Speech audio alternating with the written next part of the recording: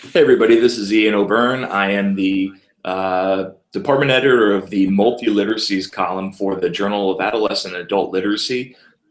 We put together a series of columns in which we look at ways that students and educators could and should create and write and read and consume and participate on the internet. Our last column was on the web literacy map. I wrote it with Greg McFerry and Doug Belshaw. And around each one of these columns, we've been bringing in experts to talk about what really is happening. We want to give you the straight, skinny, and an unadulterated look at what could and should happen. So I'm really stoked to have this 20 minutes here to talk with somebody that I have a huge admiration for online. So Laura, you want to introduce yourself and tell us what you do online? Sure. I'm Laura Hilliger. I'm kind of a nerd. I've been playing on the online space since I was very young. And I started working with Mozilla about 5 years ago because what they were trying to do at the time was bridge a gap that I've long been trying to bridge. And that's the gap between education and technology. So today we have this ed tech term, educational technology, but there's still a relatively large gap between people who are out there in the world teaching and people who are experts and professionals using technology. And I was interested 5 years ago to sort of see how they wanted to bridge that gap. And at the time, what they were doing is they were bringing in all of these different stakeholders from different industries and sort of wrapping them in a happy education and technology hug. And I really liked it, and I loved working in open source and the way that people collaborated. So I sort of came on board, and I'm now the training and educational lead at Mozilla. Very cool. So the column was all about the web literacy map, and we've had different iterations of that map. We've had different versions of these web literacies or these web standards. Why? Why did Mozilla, why did the community start out trying to identify these literacies and building these and scaling them out through the community? Well, when I wrote my thesis, I actually took a look at exactly that. This is right at the beginning of the web literacy work. We hadn't really figured out what are we going to do or how. Doug wasn't there to lead it yet. It was kind of an exploration of what is the end state that we need to get to. And during that exploration, I actually wrote my thesis on web literacy in adults. And in the beginning, I was kind of looking at all of these different literacies that we've defined throughout, time, basically the last 150 years or so. And there's a lot of words out there. There's information literacy, communication literacy, media literacy, all of these different literacies. And if you were kind of looking at those different definitions and the semantics around how people were talking about these different literacies in theoretical literature, there wasn't a lot of congruency, and there was nothing that was focused specifically on the web. It was wrapping in, media literacy, for example, was also wrapping in hardware. How do I use a camera and how do I upload a photo or whatever? And so when I was writing my thesis there, I found a meta-analysis of all of these different terminologies. And I also found Doug Belshaw's doctoral thesis on digital literacies. And I started trying to figure out what are the commonalities between these different definitions. And I started helping the original shepherd of the web literacy work, Michelle Levesque, and she was out there talking to smart people about what they thought web literacy was. And so at the beginning, it was really messy, and we didn't know what it was. And then Doug came on board, and Doug took a look at all of this stuff, and he started saying, okay, what we need to do is we need to define web literacy. Like, what does that mean? And he started gathering a community of people to say, okay, well, web literacy is how we read, write, and participate on the web, the skills and competencies around being able to do that. And together, he and this community of people started to define the web literacy map as you know it today. And I think that the important thing there is that, you know, Mozilla is working towards a change of state. Mozilla is working towards helping people to become producers of the web instead of consumers of the web. And in order to produce something, there are certain competencies and skills that you kind of have to have. And the other piece of that puzzle for Mozilla is really the sort of open source. So when I say open source, people tend to think of open code or open source code. But open source is actually, it's a culture, it's a community, and it's wrapped around some specific principles, but web literacy as a thing falls pretty hard into the open source category, because in order to participate in the open community, you really do need to have a degree of web literacy that allows you to participate in the digital space in a way that allows other people to sort of get to know you, get to understand your opinion, and feedback with you about whatever it is that you're working on. So that's kind of my history with the web literacy map. I love, I mean, in writing about the web lit map and trying to get these web literacies out to teachers, to classroom teachers, I love the fact that open is such a big part of it. You know, and it's because as a teacher, especially in the US, your, you know, Common Core state standard is the big dog in the room. You know, high stakes testing is the other big dog. And nobody, once again, cares about how you're going to authentically, effectively use technology in the classroom. And so the open part is nice because it doesn't really exist in the other frameworks that are out there. Well, I mean, I actually think that open is something that is quite viable in the world. I can attest to it. You know, Creative Commons, Wikipedia, Mozilla, the web, you know, the big presences on the web can attest to the fact that open culture, open working, and an open attitude are economically viable business models, but it's not old enough to be something that we understand as a culture, because we're sort of, you know, with the former copyright culture, we're sort of brought up to believe that we have to hide things from other people or they'll steal them. So it's sort of like I don't know, I think about that in relation with fear quite a bit. It's a little bit of fear tactic, which I find kind of strange, but I think that, you know, I think that as technology advances and as people, you know, start talking to each other in this, you know, over technology and really expanding their horizons by leveling up their web literacy, for example, you know, we're starting to prove that there are other modes of being, and that they, you know, they can actually carve out a path for you, and that open is one of them. Oh yeah, I mean, I've been an academic for, you know, 4 years now, and you know, in doing that, you know, I would go to conferences and I would say, you know, I blog, and you can see everything that I'm going to present today on my blog. And, you know, and I built MOOCs, and I said, you know, I'm sick and tired of going to conferences or going to workshops and presenting materials, and it dies off 20 seconds after I leave. I'm going to build everything up online in a MOOC and leave it out there for you. So 2 years from now, if you say, hey, I remember that guy, you know, maybe he had a good idea or two, you can go back and find it. And as long as you find my website or my Twitter account, you can find the stuff that I put out there. And I've had colleagues say, why would you do that? You know, advisors would be like, why would you do that? You know, and they would advise their doc students, friends of mine, and say, you're supposed to get one good idea.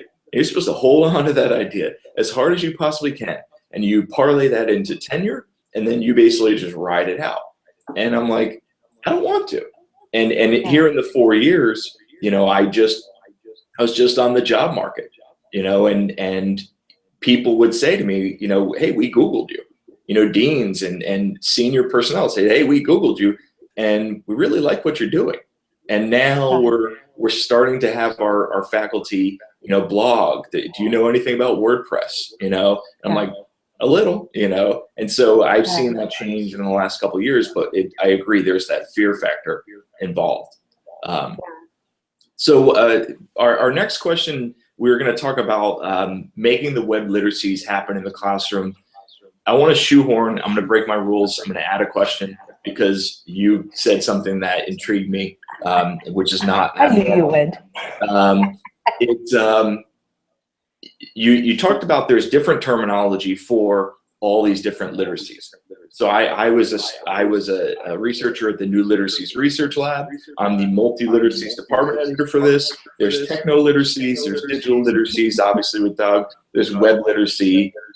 There are, when I go to conferences, I say, we could close the doors now, come up with a new term, and go use that new term. For teachers that want to make this happen in the classroom, does it really matter what term? I don't think, I probably shouldn't say that, but I don't think so. I think that the important thing to remember is your learners and what they need in the world, in life. Education is not about transferring technical competence, I almost spoke in German, competencies. You know, it's not about the technology, it's about thinking. That's what education is about. It is about preparing people to be able to participate in the world in their own way, as their own selves, and, you know, have compassion and empathy for the world around them, the people around them. That's what education is about. Education is about helping people learn how to learn. That's, you know, that's like the baseline, because once people learn how to learn, then they, you know, learn how to shift their perspective. They learn how to notice when they're not right, or, you know, why they're not right, or why they're, you know, why people are disagreeing with them, why people are agreeing with them. It's about being critical about who you are in the world and how you actually impact the world around you. That's what education is about. It's not about, you know, being able to set up your own WordPress blog, or being able to have 1 million followers on Twitter. That's not the point. The point is facilitating an atmosphere where people can get the different varying the perspectives that they need, to get to the, so that they can develop personally to a point where they realize that they're a human being in the world, and that they have something to give, and that other people have something to give as well. Because it's really only, I think that educated people are working together to solve problems, and global problems, key problems is what they're called in educational theory. And I think that little bit is often forgotten, or maybe we just don't talk about it enough, that education is, it's a philosophy. It's the belief that the more you interact with different perspectives, then, you know, the better equipped you are to live a good life. You know, it sounds kind of high up here, willy-nilly maybe, but I think that it's like that. It's philosophy. It's not, there's not really a right or wrong way of being. We can't define that. But as a culture, as a society, we have certain guidelines that we use. And I think that it doesn't matter what terminology you use. If your end goal is to educate your learners, then use whatever terminology you want. It's just a matter of preparing them for the world that exists, or the world that is about to exist, if we start talking about what's happening in the future. That's the same answer that I gave. It's basically, you know, the internet or the web is the dominant text. Your students should know how to read and write in that environment. If you don't prepare them, you're not getting them ready for their lives, which I thought exactly was the purpose for school. Yeah. So how do we make I think it's. Oh, go ahead. Oh, go ahead. I was just going to say, I think that the reading and writing, not just in the online space, but even traditional reading and writing, it's about communicating with other humans.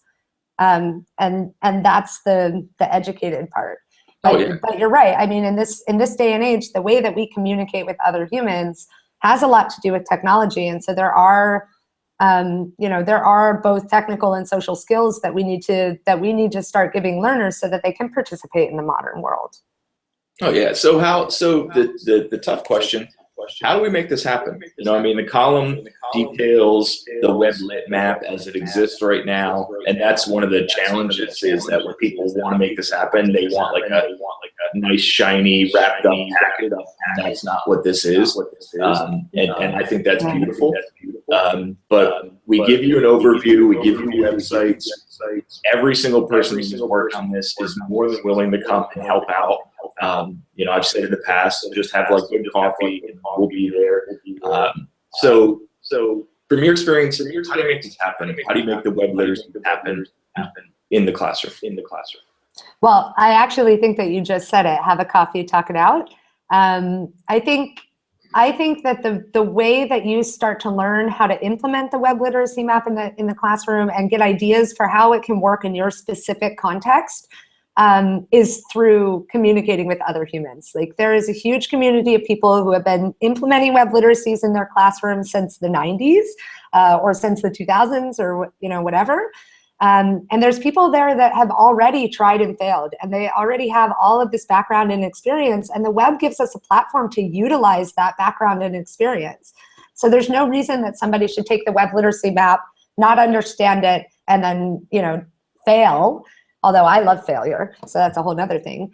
But I think that joining into a community of people that are doing this, just like we know each other through a community that started working on this. That's how you and I met each other. And I think that highlighting that connection piece around the web literacy map is pretty important, because there's a lot of connected educators out there. There's a lot of digital strategists out there. There's a lot of multimedia designers out there who want to see a world where people really can participate because they have the skills to do so. And so I think the first part is, if you want to implement this in your classroom, get in touch. There are lots of people who are implementing this in their classroom, and they really are willing to help. Have a cup of coffee. I think that the second piece of it is to be open to failure and open to remix, because we all have different contexts.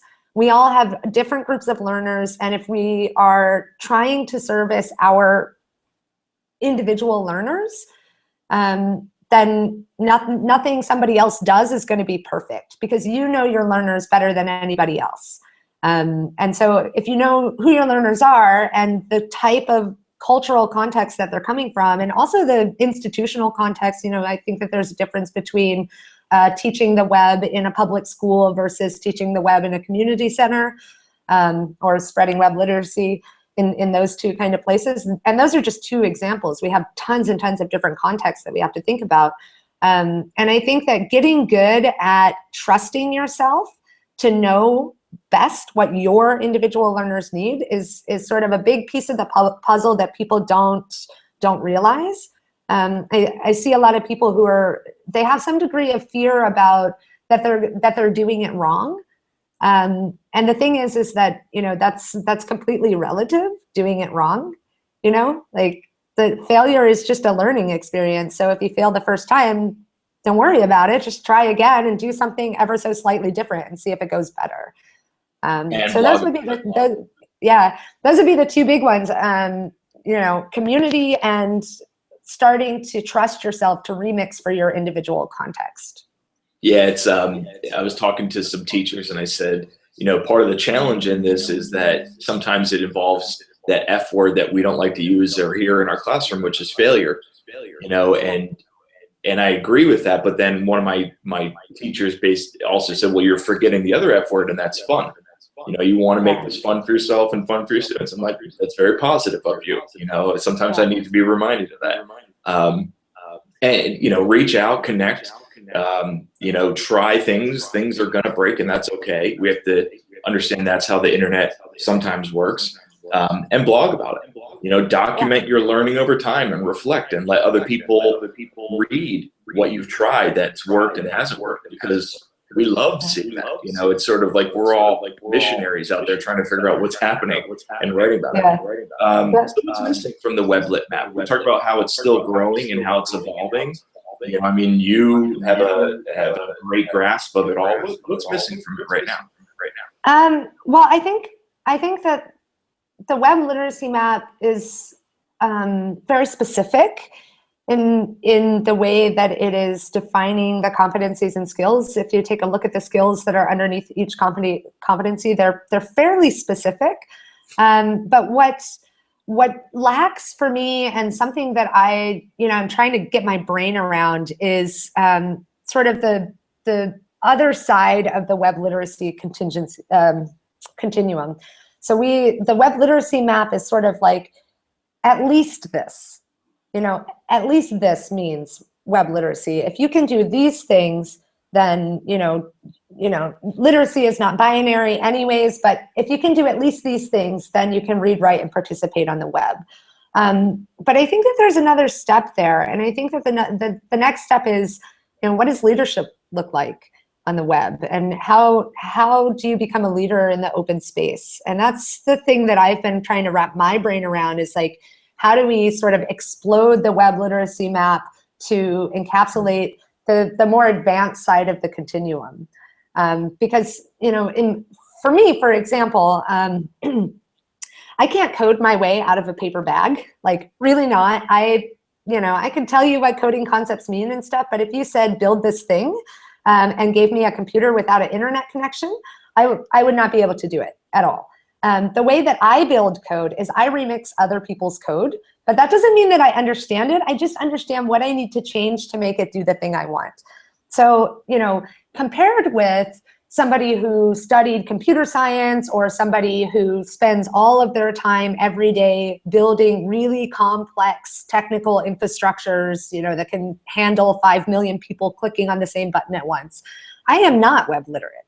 Like if you look at it at that extreme, then I'm not web literate. But if I look at it at the other extreme, over people who really only consume out of the internet, then I'm really far on the continuum. And so that sort of back and forth keeps me up.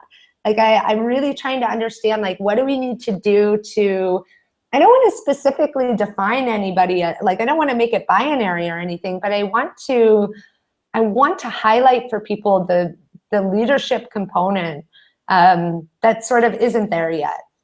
Which is actually, why, if you've been looking at my blog lately, I've been posting a lot about what we in the community started calling open web leadership. In the beginning, we started talking about it as web fluency, but then there was a bit of pushback on the fluency term. And the direction we're kind of going in right now is like, in our space, in the open space and open culture, what does it mean to be a leader here? What are the specific competencies and skills that a leadership in open has? And this is like a really hard question, because it's trying to put a definition on something that's very nebulous, and that there are a lot of different types of, like, there's a lot of different types of leaders in this space. So how do we create something that encapsulates all of it and give something, sort of the dream state to work towards, when it's just huge. And my brain hurts just thinking about it. And it's hard because one of the challenges is in open and in, the internet, we don't like to say leader.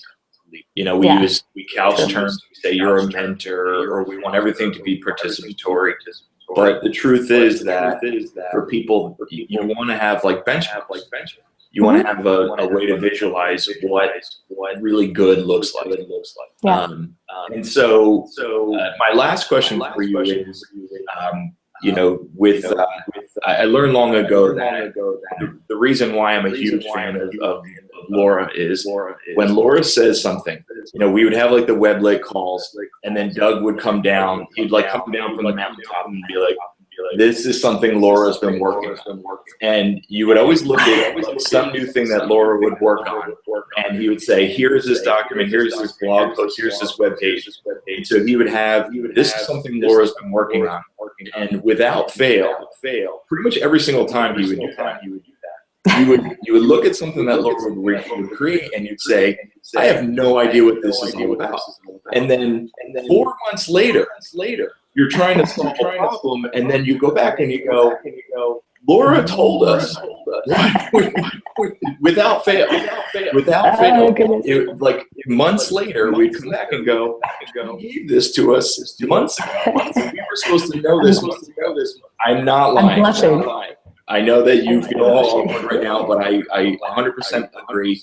I believe in that, and it's proven time and time again. So my question for you is, what's next? What keeps you up at night? What's next? What should we all be thinking and concerned about?